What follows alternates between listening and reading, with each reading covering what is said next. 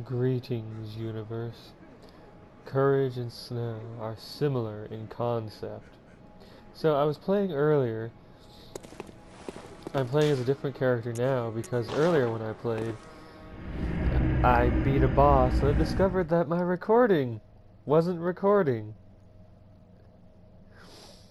So I'm going to beat the boss with another character, and this will be a bonus episode, and then I'll pick up with a normal episode with my main character for this Let's Play. So, first things first. I'm going to Yosefka's clinic in order to ask Yosefka for something. Oh, yes. You're safe, thank goodness. But I'm afraid nothing will change. I cannot open the door. I'll do what I can, of course. Perhaps this will help you, if only in some small way. Yosefka's go. blood vial. I pray for your safety. Alright. Yosefka's blood vial. Blood vial acquired from Yosefka's clinic. This refined blood, highly invigorating, restores a larger amount of HP. The product of a slow and careful refinement process, this rare blood vial appears to be a clinic original. This blood is yellow. Next up we got the Molotov, and I want to read to you about the pungent blood cocktail. Mature blood cocktail that releases a pungent odor when thrown that attracts bloodthirsty beasts. A precious tool in sadly short supply in Yarnum. They produce more blood than alcohol, as the former is more intoxicating. Everyone acts like it's all this blood stuff, but I'm pretty sure that what's actually going on is people are getting messed up by all this mercury they're carrying around, and they're blaming the blood because they're using blood for everything. I mean, you want to improve your weapon? Blood. You want to buy things? Blood. Alcohol? Blood. Also, here's some shining coins. Various coins that are particularly luminous. There are very few uses for spare change during the hunt, but these will serve as guides through the darkness. Or, one could save them until morning, if it ever comes. So, yeah, you can buy coins with blood.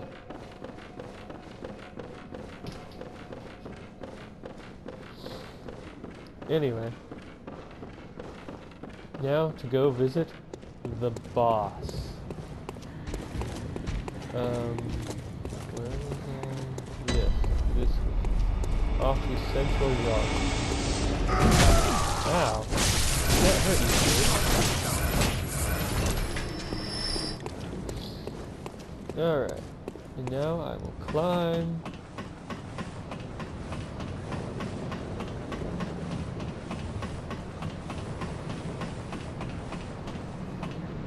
Riveting. And now I'll take this shortcut to the boss. Oh hey, look, there's the enemy. So, now we will go through here. There's an old man over there. He's armed with a minigun. It's frighteningly powerful. Alright, so may as well listen to me. They call me a beast. Not yet as much beast as they are, but still. Reeks of ambush. Reeks of madness. I don't know why, but I just love reading those messages. Sometimes they turn out quite poetic.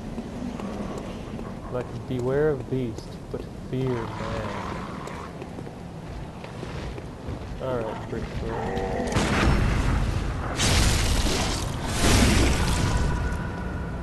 Wow.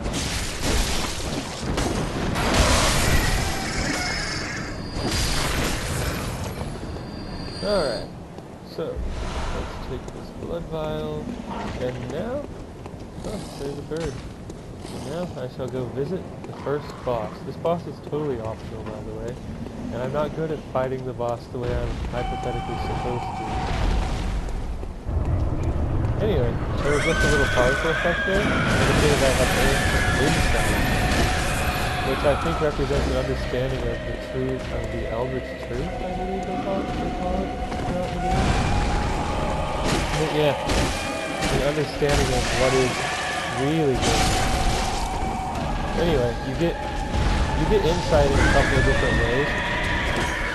The most common that I've experienced is you get some insight when you encounter bosses, and then you get some insight when you defeat bosses. And insight has various effects, like just having insight reduces a couple of your stats, your frenzy resistance, and your defense stats. I'll go into what those are later. And having more than a certain amount of insight also causes some things to happen. Like certain enemies get more powerful when you have more than 14. One boss only functions as a boss. Only really functions when you have at least one insight. If you have 0 insight, that boss's main gimmick doesn't happen. But you get insight from visiting the boss. You can also spend it to buy things.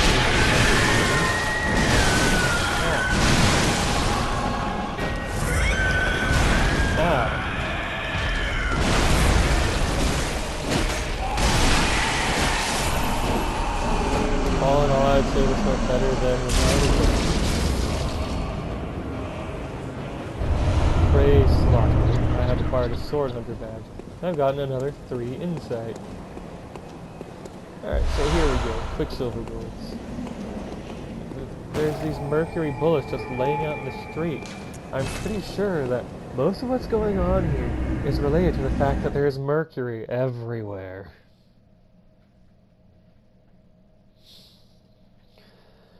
Anyway, the big thing that insight does is that you talk to her. Hello, good hunter. I am a doll, here in this dream to look after you. Honorable hunter, pursue the echoes of blood, and I will channel them into your strength. You will hunt beasts, and I will be here for you to embolden your sickly spirit. Use blood echoes to raise stats and level Very up. well. Let the echoes become your strength. Let me stand close. Now shut your eyes. So, the way you level up is you spend blood echoes, your money, on leveling up. You gain 1 level per stat point you spend, and as you can see, each stat point that I gain, the next one costs more. So, Vitality affects your maximum health, and also your physical defense.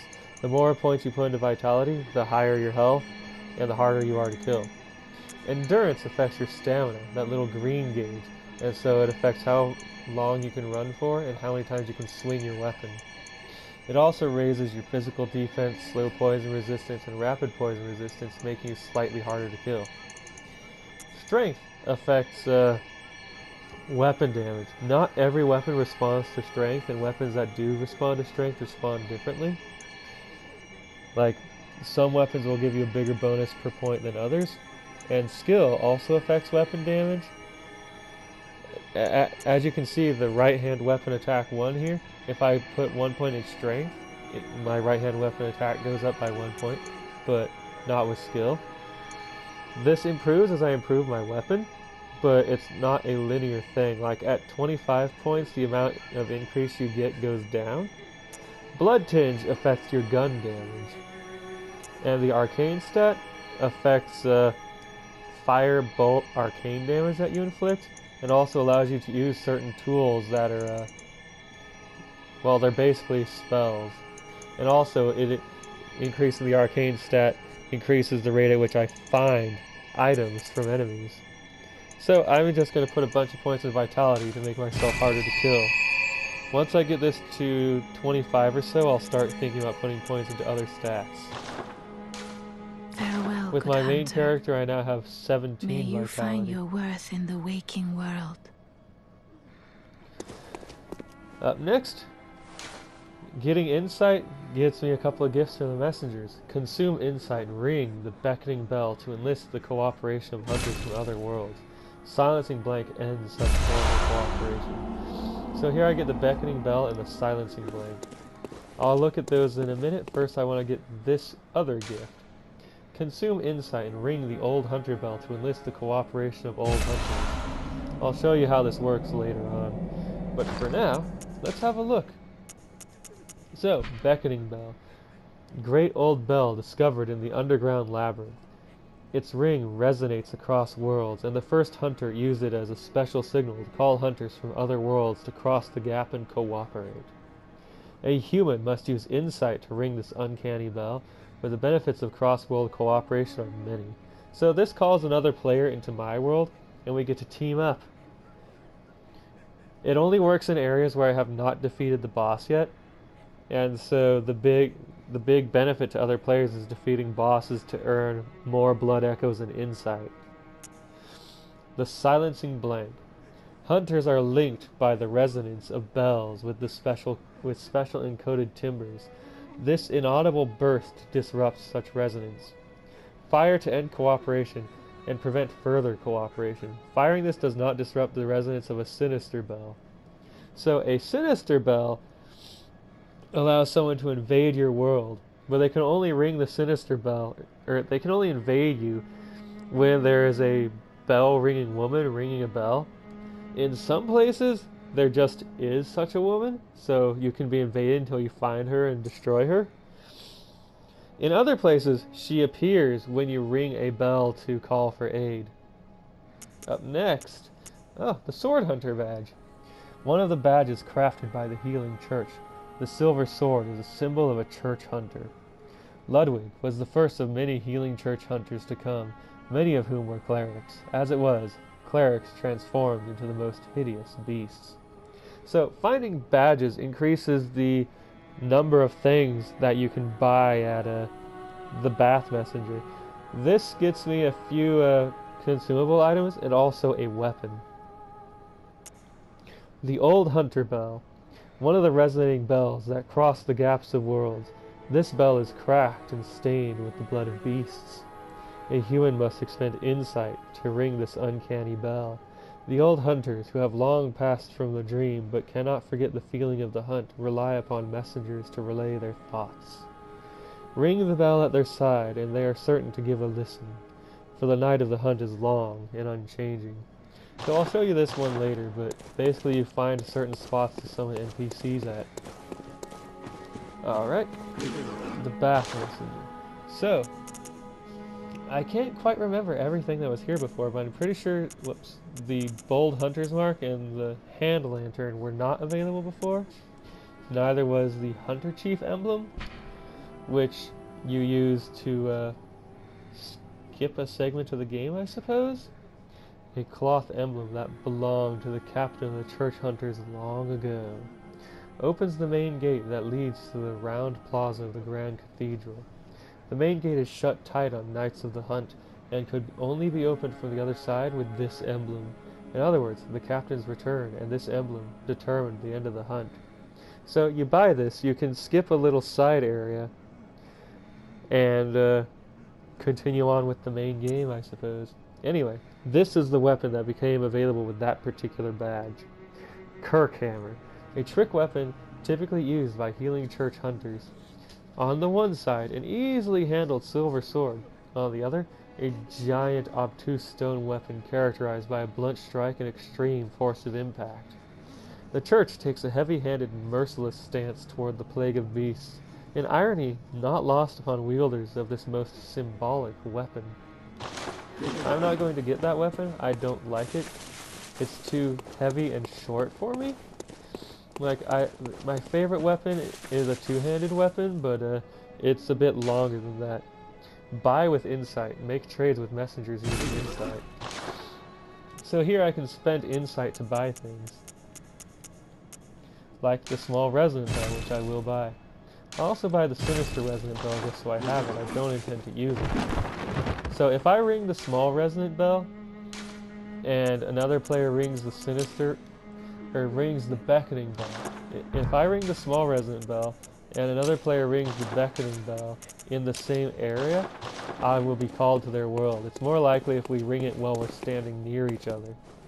But basically I ring the bell and it sets up a state where I will be called, or if I'm ringing the beckoning bell where someone else will be called once the internet connection finds each other. So yeah, this has been the bonus episode to make up for when I failed to record earlier. Bye bye.